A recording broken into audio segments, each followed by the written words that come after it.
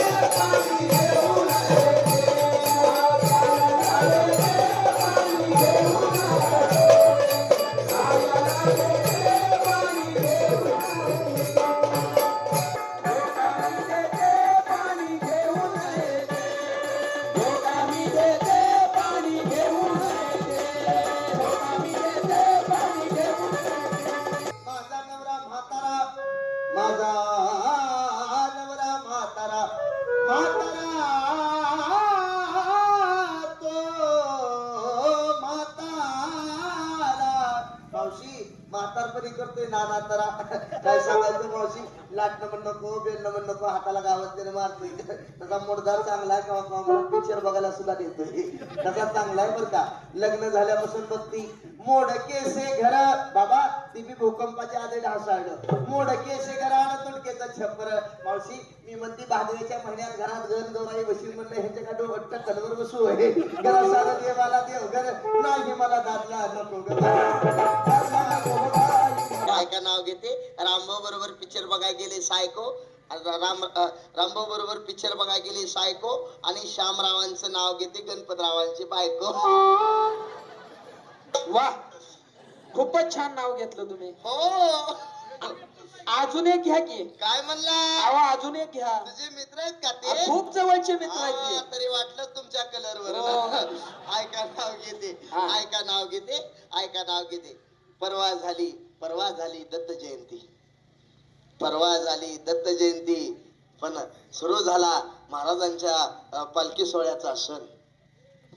परवा झाली दत्त जयंती, पण सुरू झाला गोंदवलेकर बाबा महाराजांच्या पालखी सोहळ्याचा सण। गणेश गुरुजी तुमच्यासाठी काही पण। वा, हे सुद्धा नाव खूप सुंदर घेतलं तुम्ही। अजून एक घेता का? काय म्हणला? अहो अजून एक घ्या। खाली बसून चांगला चेकाळलेला दिसतोय। काय करता थंडी वाऱ्यात? मुंबईला पडला पाऊस, हा, मुंबईला पडला पाऊस, त्यात गोंदवली नगरीमध्ये आला सडाका। आमच्या कारभाराला उठला मर्यायचा तडाका।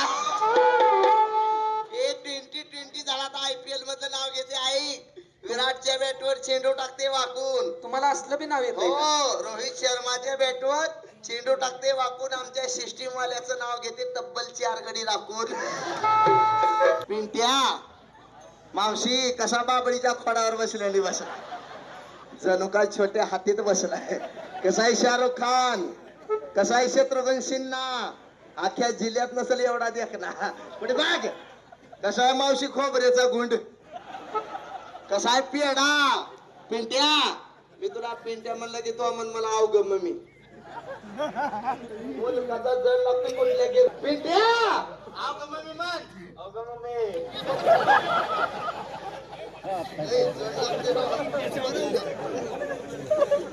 मावशी हसायला तिला टाटा याच वय किती? आईचा जोगवा जोगवा मानिना, आईचा जोगवा जोगवा मानिना, आईचा जोगवा जोगवा मानिना, आईचा जोगवा जोगवा मानिना।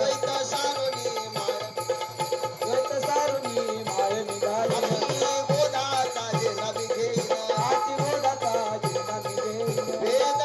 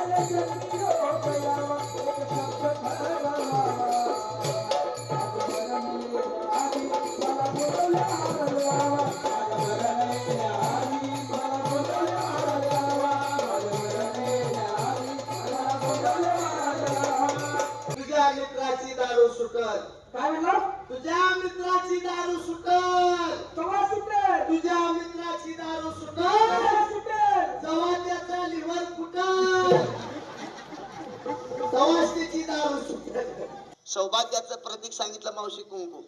सौभाग्याचं प्रतीक आहे कुंकू. पण ते आता राहिलं का हो कुंकू? खेडेगावामध्ये गेल्यानंतर कुठंतरी कुंकू पाहायला मिळतं आपल्याला, पण शहरामध्ये गेल्यानंतर चष्मा लावून बघावं लागतं ही बोर्डाची गाडी आहे का बिगर बोर्डाची गाडी आहे ती. सौभाग्याचं प्रतीक आहे कुंकू. म्हणून मला म्हणावं वाटतं बघा, कुंकू वाल्या गेल्या आता टिकली वाल्या आल्या, बाथरूम मधल्या भिंती साऱ्या सुवासिनी झाल्या. का टिकली गेला आरशाला, का टिकली गेला भिताडाला, का टिकली गेला कुठं बाथरूमच्या पाईपाला, नवरा कुठं बाथरूमच्या पाईपाला. सौभाग्याचं प्रतीक आहे मावशी कुंकू. आणि कुंकवाचं महत्व जर ऐका वाटत जर असेल तर आमच्या सीतामैयाकडून ऐकावं. ज्या वेळेस अरण्यामध्ये सीतामैया कपाळावर कुंकू लावायच्या, बांगामध्ये शेंदूर लावायच्या, त्या ठिकाणी हनुमंतराय उपस्थित झाले. हनुमंतराय उपस्थित झाले. मग आमच्या हनुमंतरायांनी सीतामैयाला प्रश्न विचारला, का हो सीतामैया, तुम्ही जे कुंकू लावतात, हे शेंदूर लावता, या कुंकवाचं महत्व काय, या शेंदुराचं महत्व काय? त्यावेळेस सीतामैयाने खूप गोड उत्तर दिलं. ऐक हनुमंता, जेवढं महिलेच्या कपाळावर कुंकू मोठं, जेवढं महिलेच्या कपाळावर कुंकू मोठं, तेवढंच त्याच्या मालकाचं आयुष्य मोठं. ही सौभाग्याचं प्रतीक आहे.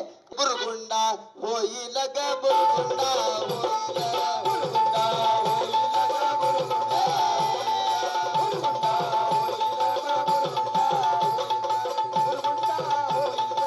बुरगुंडा होईल ग बुरगुंडा, बुरगुंडा होईल, बुरगुंडा होईल, बुरगुंडा होईल,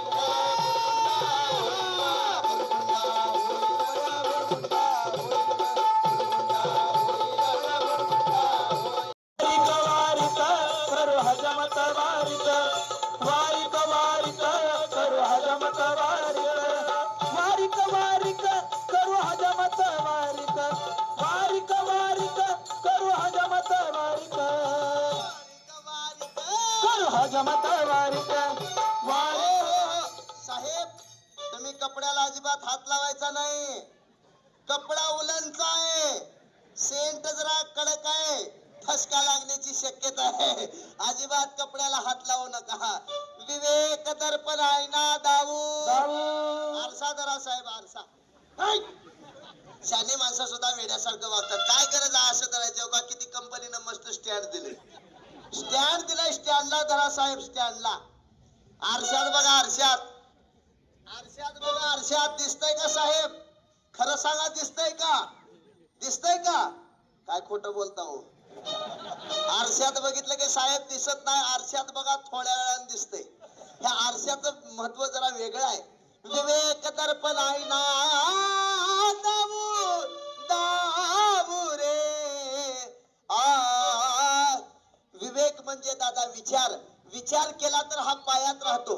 बघा, विचार केला तर हा पायात राहतो, नाहीतर थोबाडात बसतो. कुणाच्या? अविचार करणाऱ्यांच्या. म्हणून विवेक दर्पण आहे ना दाऊ, वैराग्याचा चिमटा हलवू आम्ही वारीक वारीक, हजामत वारीक, आम्ही वारीक वारीक, करू हजामत वारीक, आम्ही वारीक वारीक, करू हजामत वारीक. साहेब, रागाला जायचं काय कारण नाही बरं का. खुर्चीला स्टँड नसल्यामुळं पाय ठेवून काम करावं लागते. दाढी तर तुमचीच करतोय ना, तुमच्या केसाला धक्का लागला तर बोला. वारीक वारीक, हजामत